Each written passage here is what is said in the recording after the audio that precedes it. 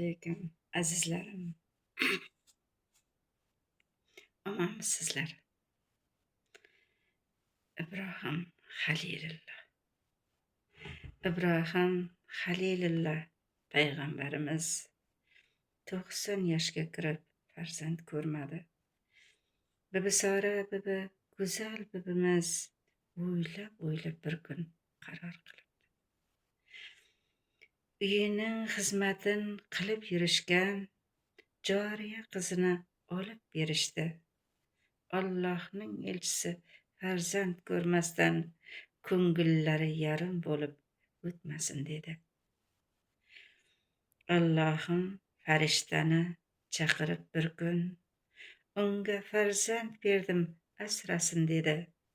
Bibisora bibi eshitib so'zin hasad qilib unga g'oyibdan kuydi. Allohning elchisin chaqirib ayol bibi Hojar bibini haydaysiz dedi. Bu yerga turmayman, u tursa agar ko'zlarim ko'rmasin bolasin dedi. Allohimning elchisi nachar qolishdi. Allohga nola qilib yordam so'rashdi. Allohim buyurdi farishtalarga borib aytgin ayolini ko'chirsin dedi. Halilulloh buyurdi joriyalarga, tiyaga ortingiz ko'chini dedi. Boringiz to oyoq yetgan joygacha, to tiya borishib cho'kkan joygacha. Ortibdi tiyaga barcha anjoman, o'tqazibdi tiyaga bibi Hojarini. Cho'llarga keta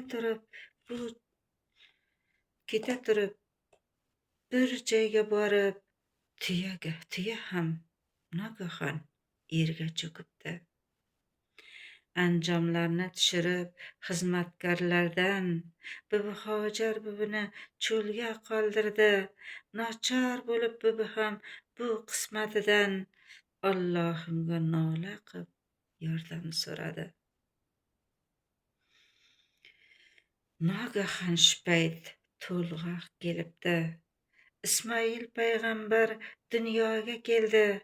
Yuvinishga hattoki ichishi uchun bir qultum suvni ham topa olmadi. Allohim mo'jiza yaratdi shu on. Bibi Hojar bibiga rahm qilibdi. Chaqaloq depsinib yig'i qilibdi. Tovonining tagidan chashma chiqibdi. Allohim buyurdi, obi Zamzam deb shu yerni obod qilib yashaysan dedi. O'sha kundan buyon hojilar kelib obi Zamzam ichishib ziyorat qildi.